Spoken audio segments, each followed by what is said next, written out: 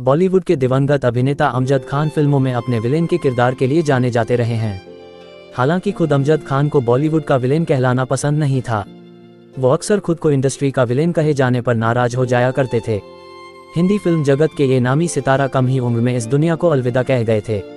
साल 1992 में दुनिया को अलविदा कह चुके अमजद खान का जन्म 1940 में 12 नवंबर को हुआ था। उनका जन्म ब्रिटिश भारत के पेशावर में अब पाकिस्तान ज़करिया खान उर्फ जयंत के घर में हुआ था और उन्होंने अपने बेटे का नाम उन्होंने अमजद खान रखा। अमजद खान जन्म 21 अक्टूबर 1943, निधन 27 जुलाई 1992 हिंदी फिल्मों के एक अभिनेता थे। अमजद खान ने अपने लंबे करियर में ज़्यादातर नकारात्मक भूमिकाएं निभाईं। बहुत कम लोग जानते हैं कि अमजद खान काफ़ी पढ़े लिखे भी अभिनेता थे। उनके बेटे शादाब खान के मुताबिक अमजद मुंबई यूनिवर्सिटी से पर्शियन में टॉपर थे। शोले करने से पहले वो पत्रकार बनने की राह पर थे। शादाब ने अपनी याददाश्त पर जोर देते हुए एक इंटरव्यू में बताया था कि वो उस वक्त शायद एक्सप्रेस ग्रुप के साथ काम भी कर रहे थे। आपको बता दें कि अमजद खान को हिंदी, उर्दू और पर्शियन भाषा का अच्छा ज्ञान था। गब्बर सिंह फिल्म शोले का विलेन होने के बावजूद लोगों के लिए हीरो बन गया था। खूंखार दिक्कत का रोल निभाकर अमजद खान सिनेमाई दुनिया में छा गए। निर्देशक रमेश सिप्पी की शोले के इस गब्बर सिंह ने ऐसे दमदार डायलॉग कहे कि वो फिल्मी इतिहास में दर्ज हो गए। कहते हैं हिंदुस्तानी सिनेमा में गब्बर सिंह से पहले ऐसा दमदार विलेन कभी नहीं हुआ और न ही गब्बर सिंह के बाद वैसा कोई विलेन सिनेमा में नजर आया। बच्चन और धर्मेंद्र का सबसे यादगार किरदार गब्बर सिंह का माना जाता था। अमजद खान बाद में गब्बर सिंह के रूप में पाले जी बिस्कुट का प्रचार करते हुए विज्ञापनों में दिखाई दिए और यह एक लोकप्रिय उत्पाद को बेचने के लिए खलनायक का इस्तेमाल करने की पहली घटना थी। शोले की सफलता के बाद खान ने 1970, 1980 और 1990 के दशक की शुरुआत में कई बाद की हिंदी फिल्मों में खलनायक की भूमिकाएं निभाना जारी रखा। लोकप्रियता और मांग के मामले में पहले भारतीय अभिनेता अजीत ने अधिक परिष्कृत और शहरी आपराधिक मालिकों मास्टरमाइंड को चित्रित किया। बैंक डकैतियों, हत्याओं और सत्ता पर कब्जा करने की साजिशों का उन्होंने अक्सर नायक अमिताभ बच्चन के सामने खलनायक की भूमिका निभाई। खान को कई अन्य अपरंपरागत भूमिकाएं निभाने के लिए भी सराहा गया।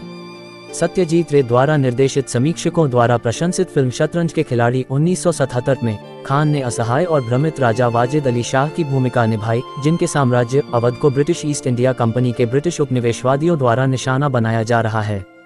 उन्होंने याराना 1981 में अमिताभ बच्चन के साथ अपनी एकमात्र सकारात्मक भूमिका निभाई, जहां उन्होंने बच्चन के चरित्र के सबसे अच्छे दोस्त की भूमिका निभाई और लावारिस में अमिताभ के पिता की भूमिका निभाई।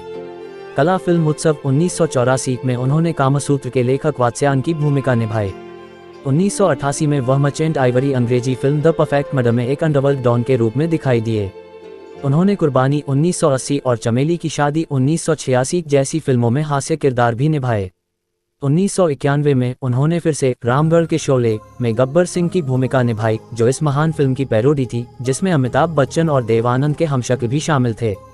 उन्होंने 1980 के दशक में कुछ समय के लिए निर्देशन के क्षेत्र में भी कदम रखा। चोर पुलिस 1983 और अमीर आदमी गरीब आदमी 1985 में निर्देशन और अभिनय भी किया, लेकिन दोनों फिल्में बॉक्स ऑफिस पर अच्छा प्रदर्शन करने में असफल रहीं। अमजद एक्टर गिल्ड एसोसिएशन के अध्यक्ष भी थे। जैसा कि पहले उल्लेख किया गया है, वह कॉलेज में एक नेता थे और वयस्क फिल्म उद्योग में भी उनका सम्मान किया जाता था। वह अभिनेताओं और निर्देशकों निर्माताओं के बीच विवादों में हस्तक्षेप करते थे और बातचीत करते थे। ऐसा ही एक विवाद था जिसमें डिम्पल कपाड़िया एक फिल्म में मां का किरदार निभाने के लिए तैयार हो गई थी और बाद में पीछे हट गईं। पूरे फिल्म निर्माता समुदाय ने उनका बहिष्कार करने की कोशिश की। अमजद ने अभिनेता संघ की ओर से हस्तक्षेप किया।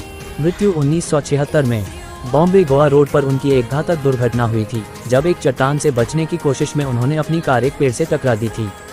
उपचार के लिए उन्हें जो दवाएं दी गईं, उनके कारण जीवन भर वजन की गंभीर समस्या बनी रही। उनके बढ़ते वजन के परिणामस्वरूप 1992 में 51 वर्ष की आयु में हृदय गति रुकने से उनकी मृत्यु हो गई। जब वे जीवित थे तब उन्होंने कई फिल्में पूरी की, जो उनकी मृत्यु के बाद 1996 तक रिलीज हुई। उनका अंतिम संस्कार जुलूस उनके पास से निकला, पाली हिल में घर से लेकर बांद्रा पूर्व में मुस्लिम कब्रिस्तान तक।